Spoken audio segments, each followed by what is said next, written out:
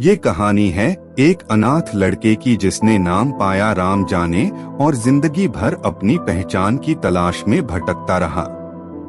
जहाँ एक पुजारी के शब्द बने ना, जहाँ दोस्ती और प्यार के बीच खो गया एक इंसान, और जहाँ मौत ने सिखाया जीवन का सबसे बड़ा सबक। सिनेमेवर्सेडिट्स पर पेश है राम जाने, वो दर्द भरा सफर जहां एक अपराधी ने साबित किया इंसान चाहे कितना भी बुरा क्यों न हो, उसके अंदर की अच्छाई कभी मरती नहीं। एक छोटा सा अनाथ बच्चा जिसे उसके माता पिता ने बचपन में ही छोड़ दिया था, एक गांव में रहता है और हमेशा दूसरे बच्चों के ताने सुनता रहता है क्योंकि उसका कोई नाम नहीं है। वह हर रोज स्कूल जाता है और अपने साथियों को उसके माता पिता के बारे में पूछते देखता है, लेकिन उसके पास कोई जवाब नहीं होता।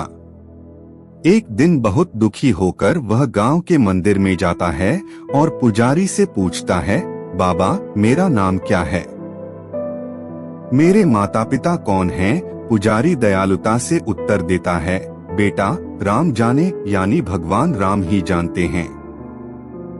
बच्चा इस उत्तर को ही अपना नाम मान लेता है और इसी नाम से वह बड़ा होता है। हालांकि वह नहीं जानता कि यह कोई वास्तविक नाम नहीं बल्कि एक रहस्य है। बड़े होकर राम जाने और उसका सबसे अच्छा दोस्त मुरली गलत रास्ते पर चल पड़ते हैं और गरीबी से बचने के लिए छोटे मोटे अपराध करने लगते हैं। एक रात वे एक ट्रेन से सामान चोरी करते हुए पकड़े जाते हैं और एक भ्रष्ट पुलिस अधिकारी इंस्पेक्टर चूते के हाथों गिरफ्तार हो जाते हैं। चूते राम जाने को जेल में ले जाता है और उसे बेरहमी से पीटता है। उसे यह एहसास दिलाता है कि वह एक अनाथ है और उसकी कोई पहचान नहीं है। राम जाने को इस बात का बहुत दुख होता है, लेकिन चूते उसे बिना किसी आधिकारिक चार्ज के छोड़ देता है क्योंकि उसे लगता है कि यह लड़का कोई खास नहीं है। सालों बाद राम जाने अब एक बड़ा अपराधी बन चुका है और वह समीर सनावला नामक एक दबंग के लिए काम करता है जो उसे अपने बेटे की तरह मानता है और उसे पैसा, शोहरत और सुरक्षा देता है। सनावला राम जाने को अपना उत्तराधिकारी बनाना चाहता है और उसे अपने सभी काले कारोबारों की जिम्मेदारी सौंपता है। लेकिन एक दिन सनावला की इंस्पेक्टर चूते द्वारा हत्या कर दी जाती है, जो अब और भी ज्यादा ताकतवर और भ्रष्ट हो चुका है। राम जाने जब चूते को मारने की कोशिश करता है तो उसे फिर से जेल में डाल दिया जाता है और उसकी बेरहमी से पिटाई की जाती है, जिससे उसके मन में चूते के प्रति और भी ज्यादा नफरत पैदा होती है। जेल से रिहा होने के बाद मुरली, जो अब एक अच्छा इंसान बन चुका है, राम जाने को अपना घर ले जाता है, जो बेघर और अनाथ बच्चों के लिए बनाया गया एक आश्रय स्थल है।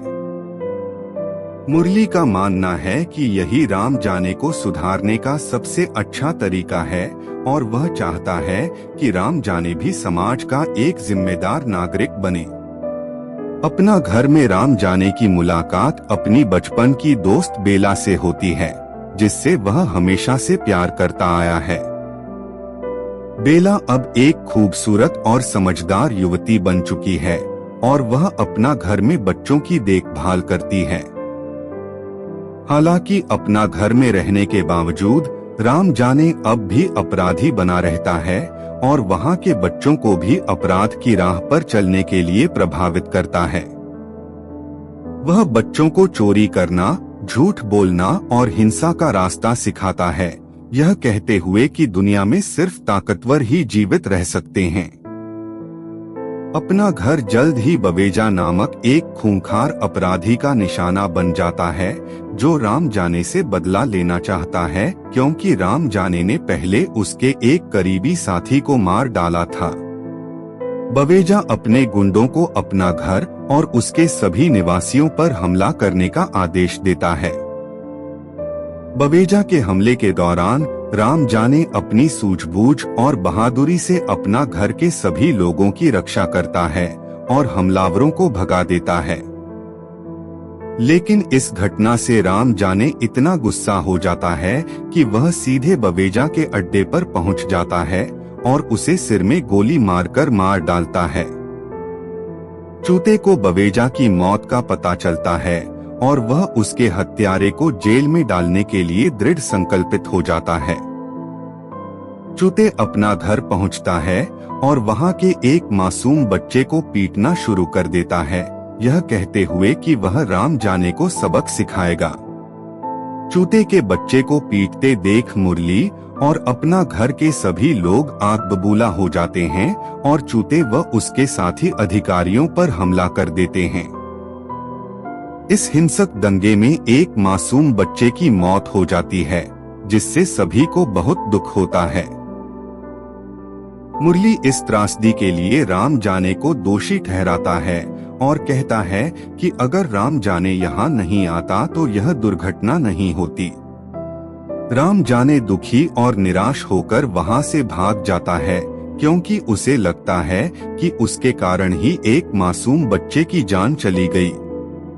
भागकर जाने के बाद राम जाने बेला को अपने साथ भागने का प्रयास करता है, क्योंकि उसे विश्वास है कि बेला उसे प्यार करती है और वह उसके बिना नहीं रह सकती।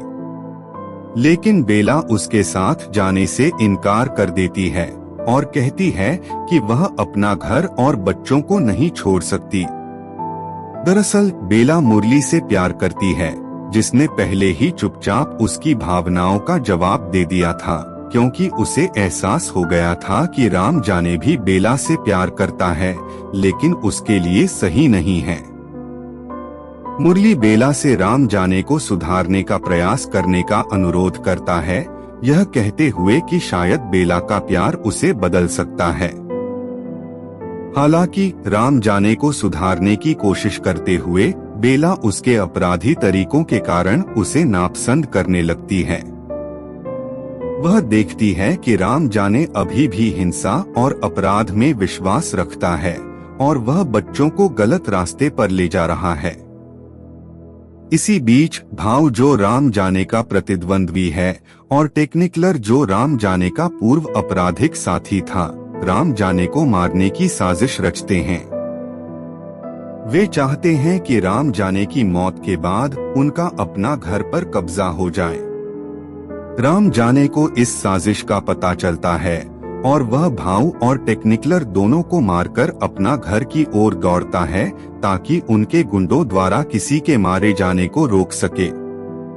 वह अपना घर पहुंचता है और वहां के बच्चों और स्टाफ की रक्षा करता है, लेकिन तभी इंस्पेक्टर चूते मौके पर पहुंच जाता है। चूते राम जाने को गिरफ्तार करना चाहता है, लेकिन राम जाने उसे गोली मार देता है, उस पर किए गए वर्षों के अत्याचार का बदला लेता है। राम जाने को अदालत में ले जाया जाता है, जहां वह अपने सभी अपराधों को कबूल कर लेता है, चोरी, हत्या, हिंसा, सब कुछ।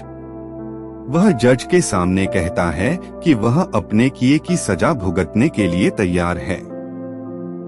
अदालत तय करती है कि उसे मौत की सजा सुनाई जानी चाहिए, क्योंकि उसने कई लोगों की हत्या की है और समाज के लिए खतरा है। राम जाने इस फैसले को शांति से स्वीकार करता है। अपना घर के लड़के राम जाने से प्रभावित हैं, क्योंकि वह मुस्कुराते हुए मरने की योजना बना रहा है और वे इसे बहुत साहसिक मानते हैं। लड़के उसके आपराधिक कदमों का अनुसरण करने की योजना बनाते हैं और उसे अपना आदर्श मानने लगते हैं। मुरली राम जाने से विनती करता है कि वह बहादुरी से न मरे, ताकि लड़के उसके रास्ते पर न चलें, लेकिन राम जाने इनकार कर देता है और कहता है कि वह एक बहादुर की तरह मरना चाहता है। उसकी मौत के दिन मुरली और सभी लड़के जेल के बाहर इकट्ठा होते हैं। राम जाने को फांसी के तख्ते की ओर ले जाया जा रहा है और सभी उम्मीद कर रहे हैं कि वह बहादुरी से मुस्कुराते हुए मरेगा। लेकिन तभी अचानक राम जाने डर का नाटक करता है जोर जोर से रोता है और अपनी जान के लिए गिड़गिड़ाता है। वह चिल्लाता है कि वह नहीं मरना चाहता और वह डर गया है। यह देखकर सभी लड़के हैरान रह जाते हैं। एक एक करके लड़के अपने लाल हेडबैंड हटा देते हैं जो राम जाने की गैंग के सदस्य होने का प्रतीक था। उन्हें एहसास होता है कि राम जाने वास्तव में कोई बहादुर नहीं था और वे उसके रास्ते पर चलकर अपनी जिंदगी बर्बाद नहीं करना चाहते। राम जाने की फांसी हो जाती है, लेकिन उसकी इस अंतिम चाल ने सैकड़ों युवाओं की जिंदगी बचा ली। उसकी मौत के बाद बेला और मुरली राम जाने के एक पत्र को पढ़ते हैं जो उसने बेला के लिए लिखा था। पत्र में राम जाने ने लिखा था कि उसे अपने किए हुए सब कुछ के लिए गहरा अपराध बोध हो रहा है और उसने जानबूझकर योजना बनाई थी कि बेला उसे छोड़कर मुरली के पास वापस चली जाए। उसने लिखा कि उसने अपनी आखिरी पलों में जानबूझकर डर का नाटक किया ताकि लड़के उसके रास्ते पर न चलें। राम जाने ने अपनी आखिरी सांस तक यह सुनिश्चित किया कि उसकी विरासत अपराध नहीं बल्कि प्रेम और बलिदान की हो। बेला और मुरली उसकी इस महानता को समझते हैं और उसे श्रद्धांजलि देते हुए अपना घर को आगे बढ़ाने का वचन लेते हैं। दोस्तों, राम जाने की ये कहानी हमें सिखाती है कि हर इंसान के अंदर एक अच्छा इंसान छुपा होता है। अगर आपको ये ऑडियो स्टोरी पसंद आई तो सिनेमेवर्स एडिट्स को सब्सक्राइब जरूर करें, क्योंकि यहाँ हर फिल्म की धड़कती हुई सच्चाई बिना कटौती सुनाई जाती है। याद रखिए, अपराध कभी किसी की पहचान नहीं होती, पहचान तो वो कर्म होते हैं जो हम दूसरों के लिए करते हैं। शुक्रिया।